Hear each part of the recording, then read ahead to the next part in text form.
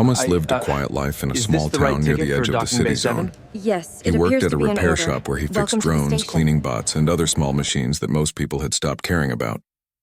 His days were simple. He would wake up, feed his old cat, check his messages, and ride his bike to work.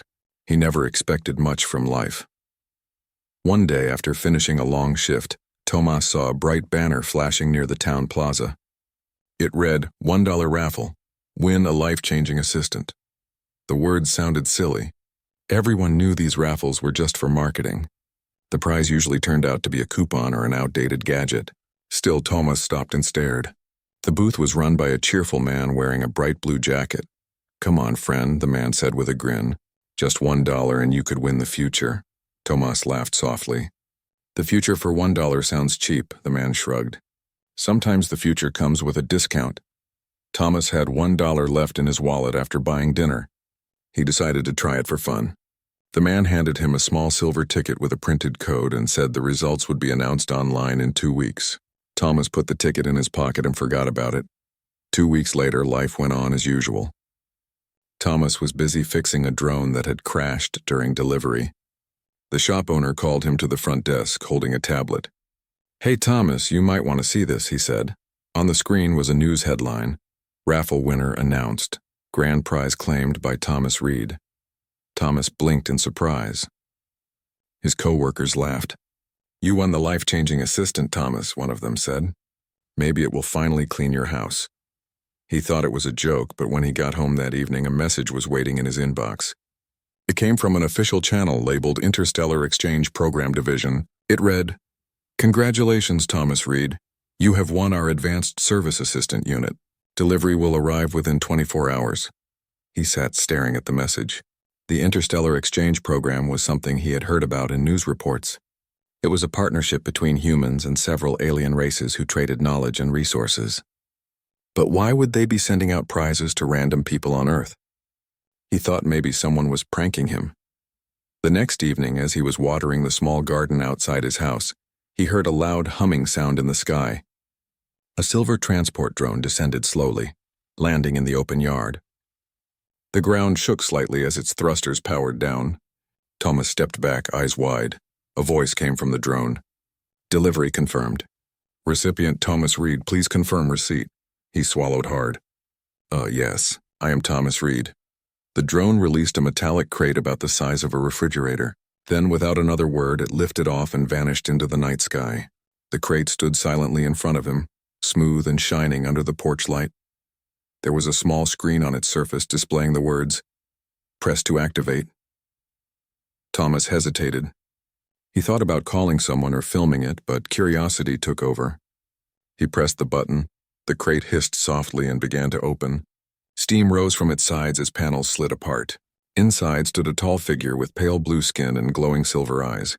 The figure stepped out slowly, moving with graceful precision. It wore a white uniform that looked both simple and advanced at the same time. "Greetings," the figure said in a calm, melodic voice. "I am Nira, domestic support envoy, assigned to serve under your ownership and learn human customs through observation and assistance." Tomas nearly stumbled backward. "You're not human," he said, his voice shaky. "That is correct," Nira replied. "I am a synthetic organism designed by the Alari species, created for cross-cultural exchange and human support." He could not believe what he was seeing. He expected maybe a fancy cleaning robot or an AI hologram, but this was something far beyond that. She looked alive, her movements natural, and her tone filled with strange gentleness. "I think there's been a mistake," Tomas said. "I only entered a $1 raffle." "There is no mistake," Nira said. "You were selected at random to receive this prototype as part of the Interstellar Integration Initiative. My purpose is to assist you in daily activities and report behavioral data back to the program." Thomas rubbed his forehead. "So you're like an alien maid?" Her silver eyes blinked once. "If that term means a caretaker and helper, then yes, I suppose I am." He could not help but laugh nervously. "This has to be the strangest thing that's ever happened to me." Nira tilted her head. "You appear uncomfortable. Would you like me to leave?" "No," Tomas said quickly. "I just need a moment to think." He invited her inside his small house. She stepped carefully, studying everything with quiet curiosity. Her gaze lingered on the furniture, the photos on the wall, and the cat sleeping on the couch. The cat opened one eye, looked at her, and hissed softly before curling up again. "This environment is smaller than standard living units I was shown in data archives," Nira said. "Yeah. Well, I'm not rich," Tomas replied. "This is what I can afford." She nodded politely. "Understood. Shall I begin cleaning or preparing nourishment?" Thomas stared at her. "You can cook? I can process recipes based on nutritional databases," she said. "However, I have not yet learned local flavor preferences." He smiled slightly. "Let's skip cooking for now. You can just rest or something." "I do not require rest," she replied, "but I can enter standby mode." That night, Thomas sat in his small kitchen staring at a cup of tea.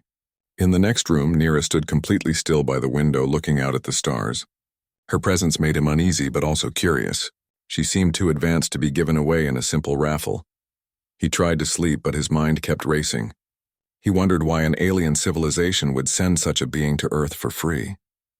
What if she was dangerous? What if she was collecting data for something else? Yet she had shown no sign of hostility. Her voice and movements felt calm, almost gentle. The next morning, Thomas woke up to the smell of something strange. He walked to the kitchen and froze.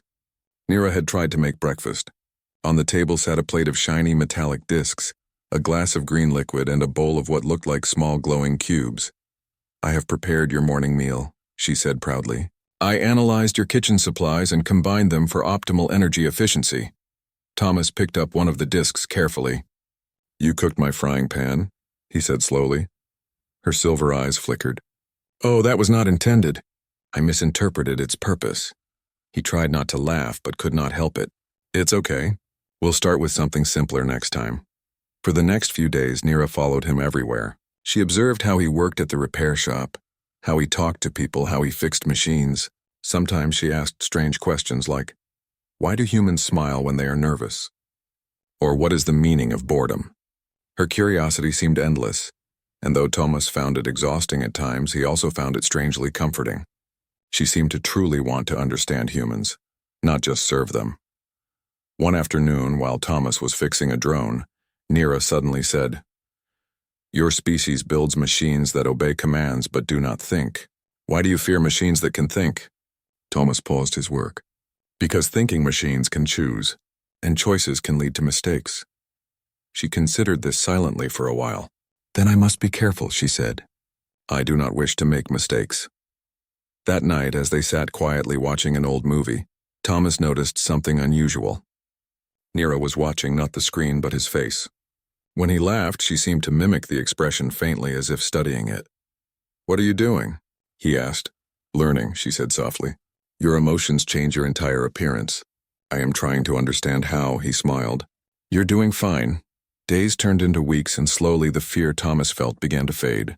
Nira started to adapt to human ways. She learned to cook real food, clean without melting furniture, and even chat with neighbors politely. People in the area began to notice her, but most assumed she was just a new kind of domestic robot. Still, at night, when everything was quiet, Thomas sometimes saw her standing by the window looking up at the stars. There was a distant look in her eyes, something that made him wonder if she missed her own world. One evening, he asked, "Do you ever want to go back?" She turned to him, her silver eyes calm. "I do not know. I was created for service and observation, but here I feel something different." "You call it peace, I believe." Thomas nodded. "Yeah, peace is a good thing." "I wish to understand it more," she said. "Perhaps that is why I was sent here." He looked at her thoughtfully. "Maybe. Or maybe you just needed someone to talk to." She smiled faintly, her expression soft and human-like. "Then I am fortunate to have met you." As the night grew quiet, Thomas realized something had changed. The alien maid who had arrived as a prize no longer felt like a stranger. She felt like a companion, a reminder that the universe was far larger and kinder than he had ever imagined. But deep inside, a small thought stayed in his mind. Why would a program this advanced be given away for $1? He didn't know the answer yet, but he could sense that this strange gift was only the beginning of something much bigger. The days following Nira's arrival slowly turned Thomas's quiet life into something unexpected. At first, everything about living with her felt strange. She spoke politely but rarely showed emotion. Her movements were silent, her actions exact, and she always asked questions about the smallest things. Thomas often felt as if he was being watched by a walking science project. Yet something about her curiosity made him smile. In the mornings, Nira would stand near the kitchen counter waiting for instructions.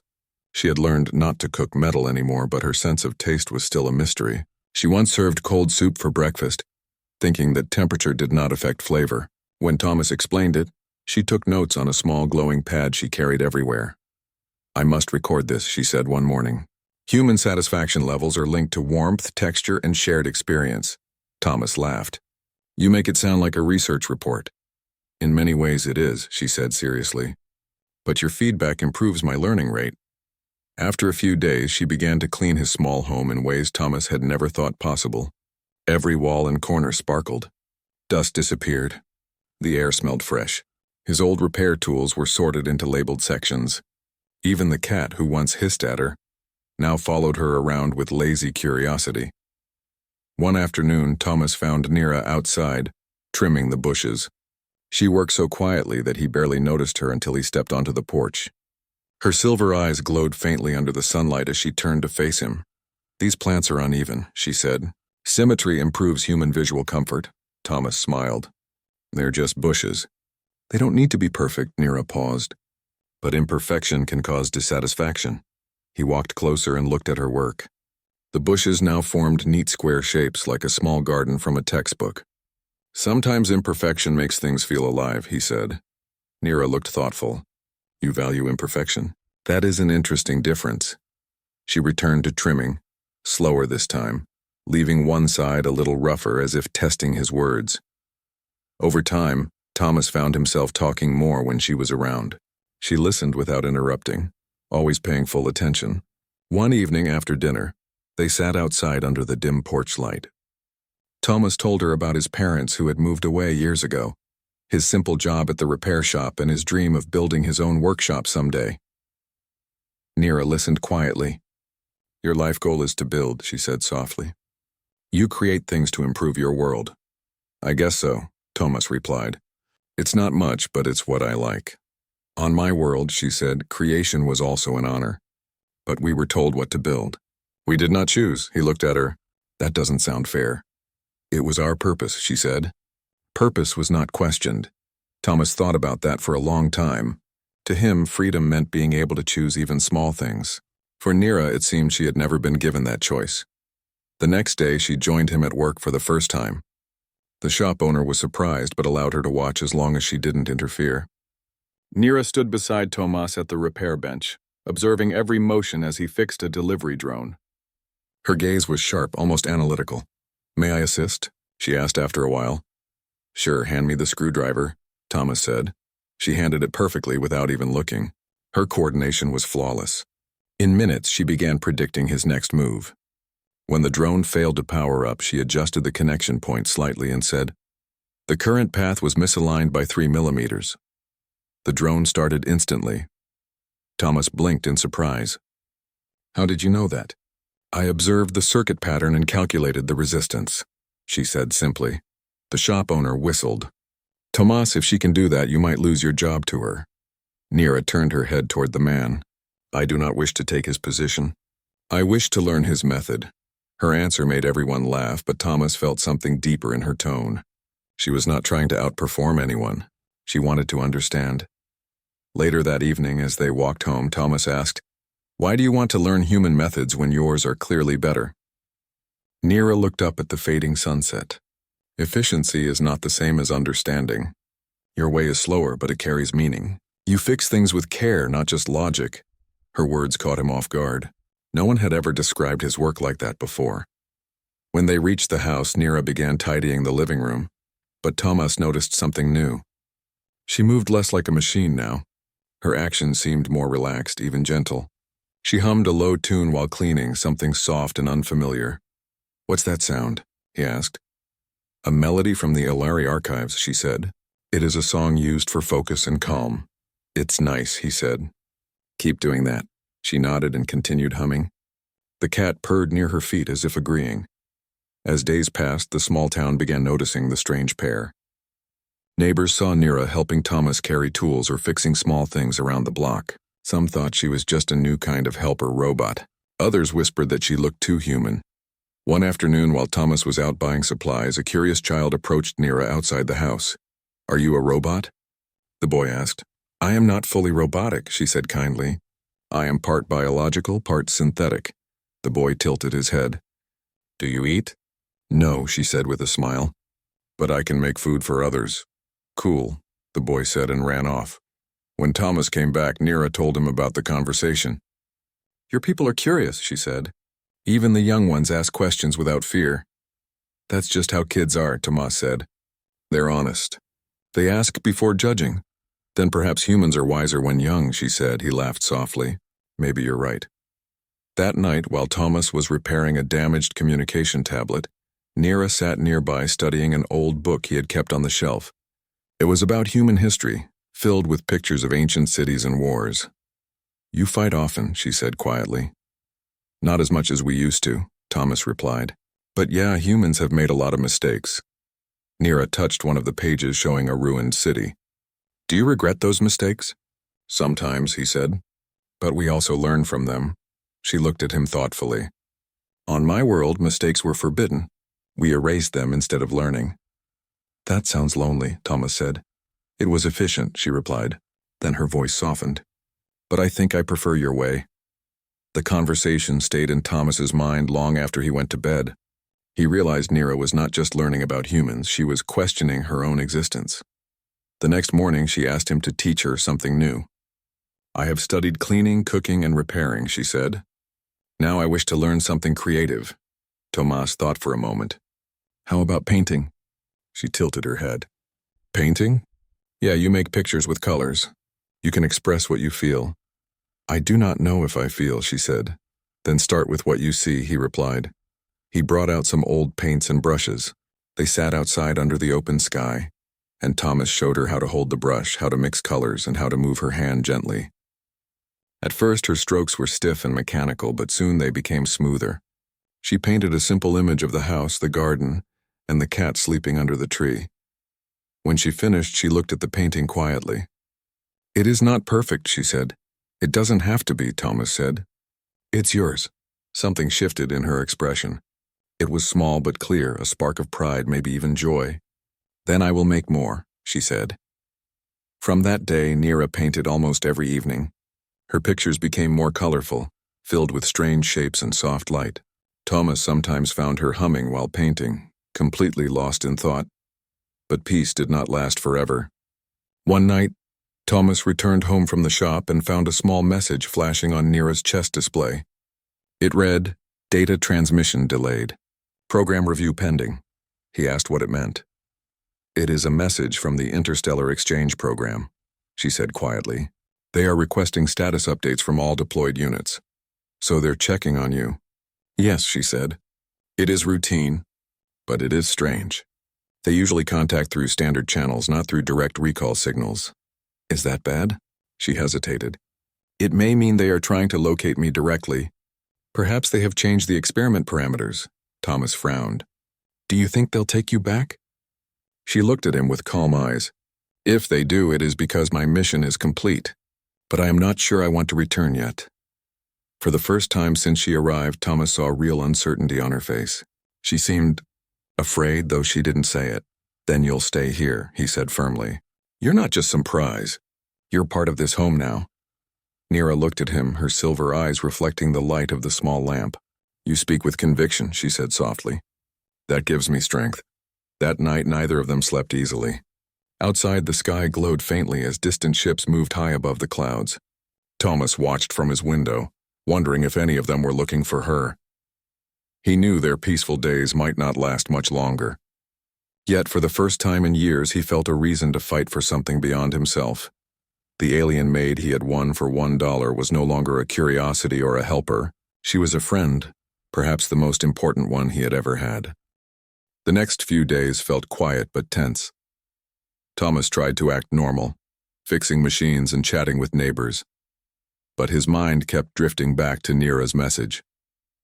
She had said the Interstellar Exchange Program might be tracking her, and the thought unsettled him. Every time he looked at the sky, he wondered if someone or something was watching from above. Nira did not mention the message again, but Thomas noticed changes in her behavior. She stopped humming when she worked. She often stood still, as if listening to something no one else could hear. Her glowing eyes flickered now and then, and her calm voice carried a hint of hesitation. One evening, as Thomas was repairing a drone, he looked up and said, "You've been quiet lately. Are you all right?" She turned her head slowly. "I am processing conflicting data," she said. "My systems are receiving pings from an external network. They are coded in ALARI signals." Thomas frowned. "Does that mean your creators are calling you back?" "Yes," she said softly. "They are trying to establish a direct connection. It is unusual for them to do this without notice." He set down his tools. "Can you block it?" "I can try," she said. Her voice lowered slightly. "But if I block too many signals, they may consider me malfunctioning and send retrieval units." Thomas leaned forward. "Retrieval units, like ships?" "Possibly," she said, "or drones programmed to reclaim missing assets." He felt his chest tighten. "So they might come here to take you back?" Nira nodded. "If they do, they will not ask permission." The room went silent except for the low hum of the repair tools. Thomas rubbed his forehead, thinking fast. "There has to be a way to stop them. You don't want to go, right?" She hesitated. "I am uncertain. My purpose was to observe and report, but now I have learned things that were never part of my mission. I have learned freedom, emotion, and trust. If I return, I fear those lessons will be erased." Her calm words carried a deep sadness. Thomas looked at her and said firmly, "Then we'll make sure they don't take you." That night, Thomas could not sleep. He kept thinking about Nira's situation. Somewhere out there were beings powerful enough to send her across the stars, and now they wanted her back. A $1 raffle had somehow placed him between humans and an alien civilization. The next morning, Nira was already awake, standing by the window as the first light of dawn touched her face. "You did not rest," she said quietly. "Couldn't," Thomas admitted. "I was thinking about what we can do." "I have been thinking too," she said. "I can mask my signal temporarily by using your workshop's old energy grid. It is outdated enough to confuse ALARI tracking systems." Thomas nodded. "Let's do it." They spent the morning in the workshop, connecting cables and repurposing old devices. Nira's hands moved quickly, linking her systems to the rusty power generator. Sparks flashed as she worked, and Thomas passed her tools without needing to ask. When they finished, she closed her eyes and said, "Signal masking active. They will not find me easily now." Thomas smiled. "Good. That buys us some time." For a few days, life returned to a strange kind of normal. Thomas continued his repair jobs, and Nira helped him as usual. Yet, beneath the calm surface, both knew they were hiding from something far larger than themselves. One evening, while Thomas was finishing dinner, a message arrived on his tablet. It came from a government office labeled Earth Alliance Interstellar Affairs. He opened it carefully. "Dear Mr. Thomas Reed," the message read, "we have received notice that you are in possession of an ALARI service envoy under the Interstellar Exchange Program. Routine evaluation required. Representatives will arrive tomorrow at 0900 hours for inspection." Thomas froze. His hands trembled slightly as he read the message again. "Nira," he called. She came into the room, calm as always. "Yes, Thomas?" He handed her the tablet. "They're coming tomorrow, officials from the program." Her eyes dimmed slightly as she read. "This is sooner than expected. They must have detected partial interference in my signal." "What are we going to do?" he asked. "I can pretend to follow protocol," she said. "But if they bring scanning devices, they will see the masking system." Thomas paced the room. "Then we'll have to fool them. You'll act normal, and I'll say everything's fine." "It may not be enough," she said quietly. They are trained to detect non-compliance. If they find the masking, they may deactivate me. Tomas stopped walking. Deactivate? They will erase my memory and reset me, she said. The word hit Tomas like a punch. No, I'm not letting that happen. Nira looked at him calmly. You may not have a choice. They hold authority over all exchange units. To them, I am not a person. I am property. He clenched his fists. Not anymore. The next morning came too soon. A sleek black transport arrived outside Tomas's home. 2 officials stepped out, dressed in dark suits with glowing badges that carried the emblem of the Interstellar Exchange Program. One was a tall woman with sharp eyes. The other was a quiet man who held a small scanning device. Thomas Reed? The woman said as she approached. Yes, Thomas said carefully. We're here to conduct a standard inspection of your assigned service envoy, she said. Please bring the unit forward. Nira stepped out of the house, her posture calm and formal. Greetings, she said. I am Nira, Ilari Service Envoy. How may I assist? The woman smiled faintly. Excellent. Let's begin. They asked several questions about her performance, behavior, and adjustments. Tomas answered carefully, saying she worked well, helped at the shop, and caused no problems. The woman nodded as if satisfied. Then the quiet man activated his scanner. A soft hum filled the air. Nira stood perfectly still as the scanner light moved over her body. The man frowned and said, Signal interference detected. Possible unauthorized modification. Thomas stepped forward quickly.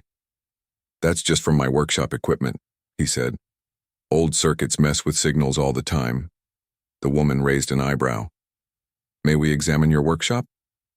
Nira's voice remained calm. I can demonstrate my standard functions instead, if that is acceptable. The woman hesitated. Proceed.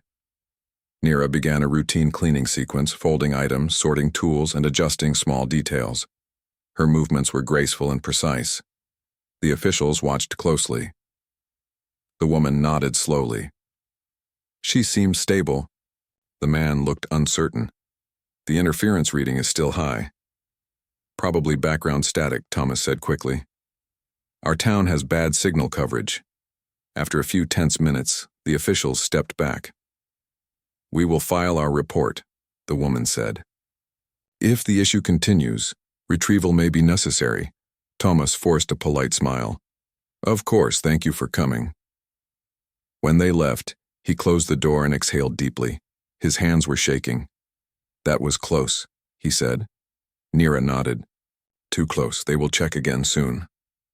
Thomas sat down heavily. Then we need a real plan. We can't just hide forever. Nira looked thoughtful. There is something I have not told you. He glanced up. What is it? My memory core contains restricted data, she said quietly. Information that the Ilari do not wish humans to have. I discovered it accidentally when they sent the recall signal. It includes technology blueprints and records of human observation. Tomas stared at her. You mean they've been spying on humans? Yes, she said. For decades, they study human behavior, creativity, and adaptability. They call it Project Horizon. He felt a chill run through him. And you found proof?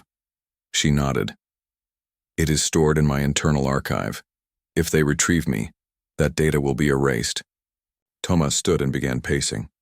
So that's why they're looking for you, not just because you're missing, but because you know too much.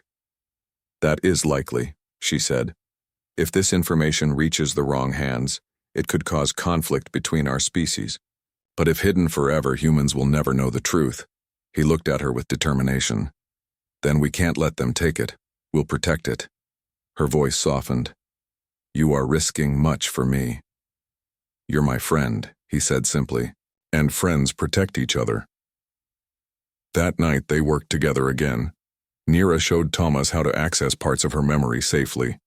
Using a modified data chip, he copied the encrypted files and hid them in an old drone battery. When the process was complete, Nira looked relieved. Now, even if I am taken, the data will survive. Thomas placed the battery in a small metal box and buried it behind the workshop. No one will find it here. For the first time in days, Nira smiled faintly. You think like an Elari now, always preparing for every outcome. He smiled back. Guess you're a good teacher. The next morning, dark clouds covered the sky. The air felt heavy, and Thomas sensed something was coming. As he stepped outside, he noticed a strange hum in the distance. A silver ship appeared above the horizon, moving slowly but steadily toward the town. Nira stepped beside him, her eyes glowing faintly. They have arrived, she said. That is not a human ship. Thomas felt his heart race. Then this is it. Yes, she said quietly. They are coming for me. He looked at her and said firmly, Then we'll be ready. As the ship descended through the clouds, Thomas stood beside Nira, feeling fear and determination blend inside him. He had never thought a simple raffle could change his life, yet now he was standing against forces beyond Earth itself. He did not know what would happen next, but one thing was certain. He would not let anyone take her without a fight. The sky darkened as the silver ship descended steadily above Thomas's small town. Its sleek metal surface reflected the clouds, making it look both beautiful and threatening. People on the streets paused, staring upward with awe and fear. Thomas could feel his heart racing, but he refused to let panic take over. Beside him, Nira's calm presence helped him focus. They are close, she said softly. The ship's energy signature matches advanced Elari retrieval units. They are not here to negotiate, Thomas clenched his fists. Then we need a plan. We can't let them take you. Nira tilted her head slightly. There is a location where the signal from my systems cannot be traced. An old underground maintenance tunnel beneath the town. If we reach it, we may evade detection. He nodded quickly. Let's go. They moved silently through the streets, avoiding the small crowds of townspeople who were already starting to panic. The hum of the ship grew louder, and Thomas felt a low vibration in the ground. Nira led him to a narrow alleyway, and then to a hidden hatch behind a pile of crates. This will take us to the maintenance tunnels, she said. It is designed for utility workers, so no one will notice us. Thomas pulled the hatch open and climbed down carefully. Nira followed, her glowing eyes scanning the area for any threats. The tunnel was narrow and dark, but Thomas's familiarity with local shortcuts helped them move quickly. As they advanced, Nira paused near a small alcove and said, There is something you should know. My internal archive contains data that the Elari do not want humans to access. It is hidden in a secure compartment. If we are discovered, they will attempt to retrieve that data directly from me. Thomas's brow furrowed. Then we need to protect it. Can we move it somewhere safer? Yes, Nira replied. I can extract the files and store them in a mobile unit. It will be small enough to carry through tunnels undetected. They reached a larger chamber in the tunnel where old maintenance drones lay dormant. Nira opened a small compartment on her chest, revealing a glowing core. Wires extended and connected to a portable drive Thomas had prepared. Within minutes, she transferred the encrypted data from her memory. The drive blinked with faint light, storing information Thomas could barely comprehend. What is all this? He asked, staring at the device. Nira took a deep breath. Blueprints for advanced propulsion systems, energy cores, and communication technology. Also, records of human observation by multiple alien civilizations. They call it Project Horizon. Thomas felt a chill run through him. So they've been watching humans for years? Yes, she said quietly. They study behavior, creativity, and decision-making. It is a long-term observation program. Most humans are unaware of its existence. Thomas shook his head in disbelief. And they want this back? They want me, Nira said. But the data is more important. If they retrieve me, they will erase the archive. Humanity will never know what has been observed. He clenched his fists. Then we protect it. No matter what. Suddenly, a faint vibration ran through the tunnel. Nira paused, her glowing eyes scanning every corner. They are sending ground probes. They know we are here. Thomas's heart pounded. Then we need to move fast. They ran deeper into the tunnels, passing old ventilation shafts and rusted ladders. Thomas's mind raced with possibilities. How could a simple $1 raffle lead to him standing here, hiding from an alien civilization? And yet he knew that running blindly would not help. They needed a strategy. Nira led him to a secondary chamber where the tunnels branched into multiple directions.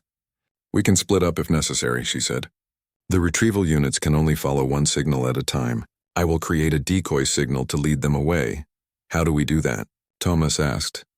"I can simulate my presence using residual energy from the tunnel grid," she said. "It will appear as if I am moving in another direction." Thomas nodded. "Then let's do it." While Nira configured the decoy, Thomas prepared the portable drive with the hidden data. He secured it in his backpack and checked the connections twice. "Ready?"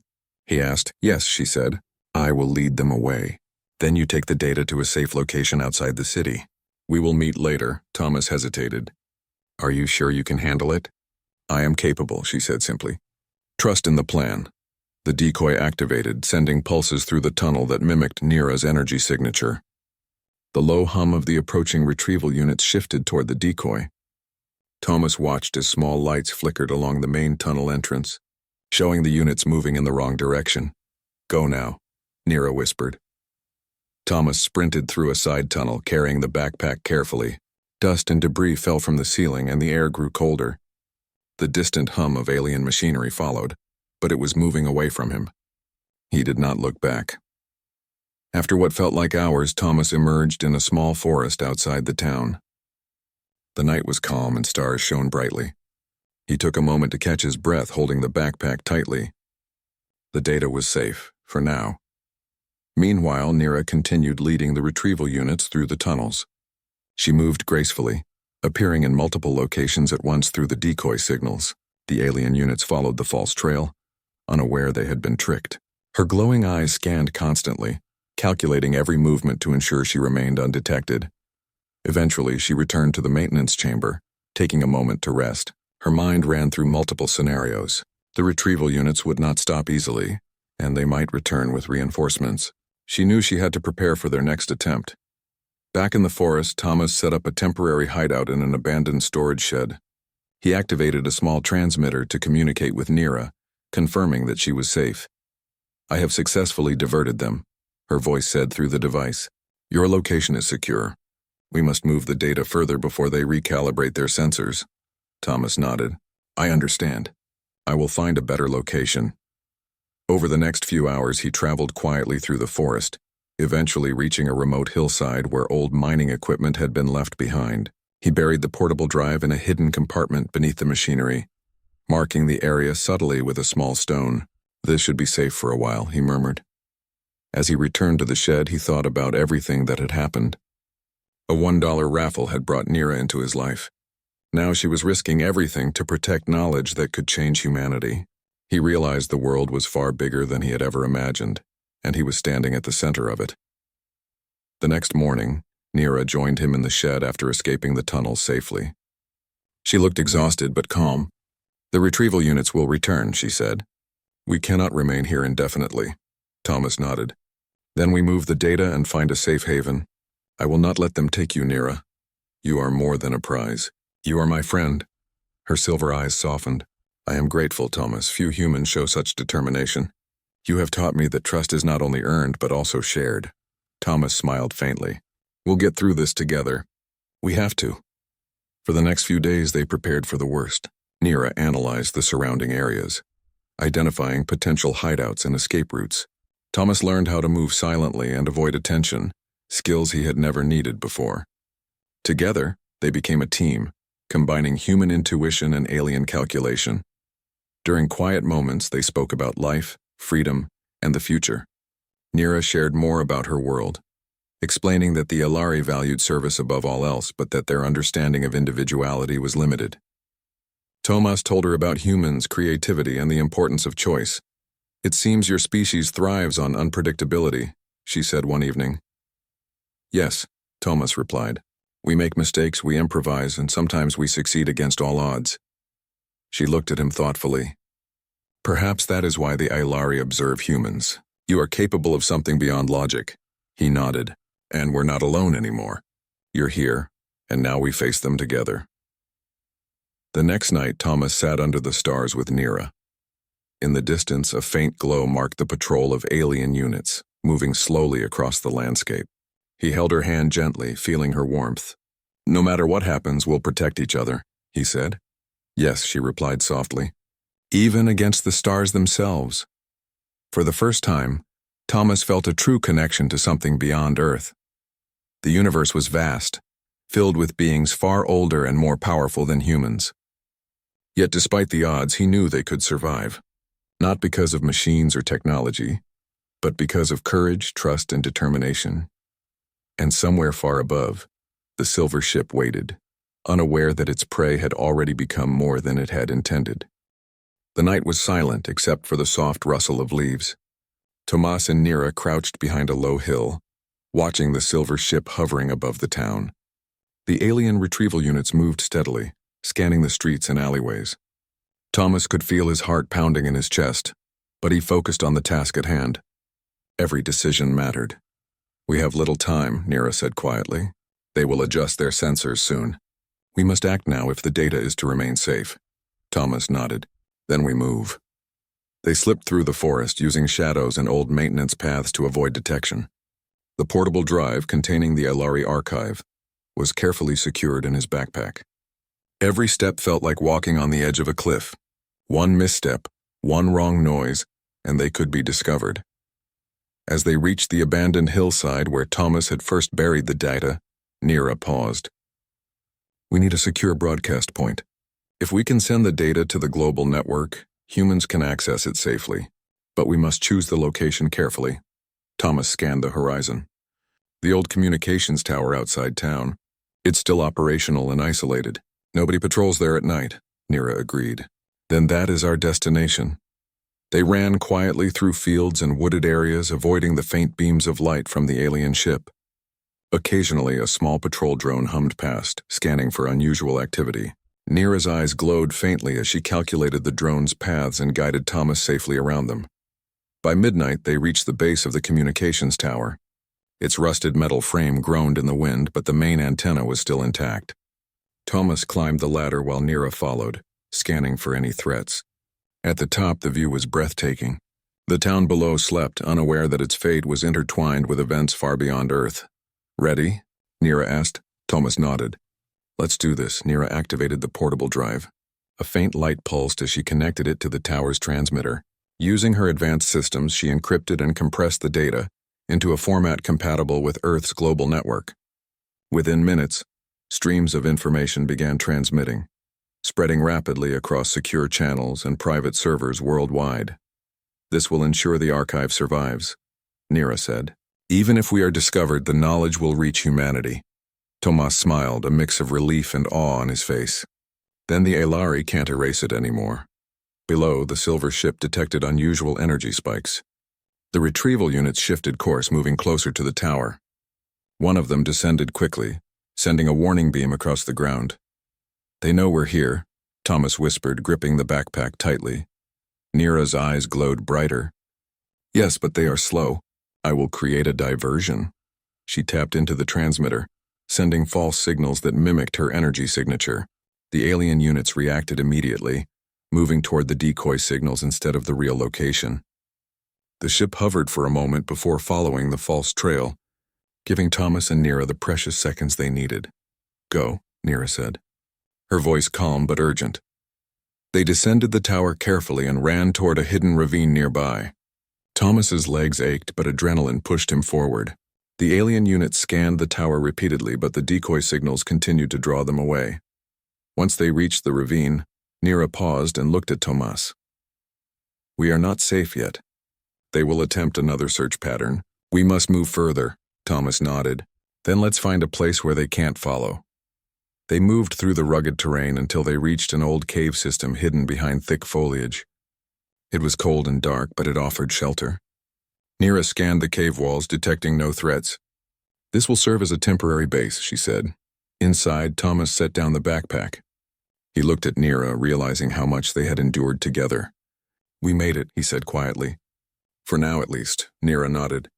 "Yes, but the journey is not over. Humans must be ready for the knowledge they are about to receive. This information could change everything." Thomas frowned. "Do you think people will understand it?" They will, Nira said. If they work together, they can use it wisely. The data includes propulsion, energy systems, and communication technologies far beyond current human capabilities. It is a gift and a responsibility. Thomas realized the weight of their mission. A simple raffle had brought them here, but now they were protectors of knowledge that could shape humanity's future. He felt a mixture of fear and pride. Then we do our best, he said. Yes, Nira replied. Together. The next morning, news began to spread across the world. Secure networks reported unexplained transmissions containing highly advanced alien technology and records of human observation. Scientists, engineers, and leaders began to study the information. The world watched in awe as possibilities unfolded. Humanity was no longer alone. Meanwhile, Thomas and Nira remained in hiding, monitoring the response. They watched as global communication improved rapidly, energy-efficient systems were developed, and new transportation methods were tested. Cities began implementing ideas from the archive. People were learning quickly. This is incredible, Thomas said.